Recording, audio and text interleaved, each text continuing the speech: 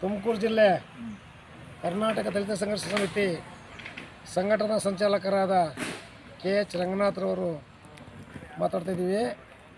ರಾಷ್ಟ್ರೀಯ ಹೆದ್ದಾರಿ ಕಿಬ್ಬನಹಳ್ಳಿ ಪರಿವೀಕ್ಷಣಾ ಕೇಂದ್ರ ಹಾಗೂ ಪ್ರವಾಸಿ ಮಂದಿರ ಎಂದೇ ಹೆಸರಾಗಿರುವ ತಿಪಟೂರು ಕಲ್ಪತರು ನಾಡಿಗೆ ಹೆಸರಾದಂಥ ಕಿಬ್ಬನಹಳ್ಳಿ ಕ್ರಾಸಿನ ನೆಲೆಯಿಂದ ಕೆಳಗಿರುವ ಪ್ರವಾಸಿ ಮಂದಿರವು ಇಲ್ಲಿ ಗಿಡ ಮರಗಳು ಬೆಳೆದು ಇದು ಕಾಡು ಆಗಿದೆ. ಇದು ತಂಗದಾಣವಾಗಿಲ್ಲ.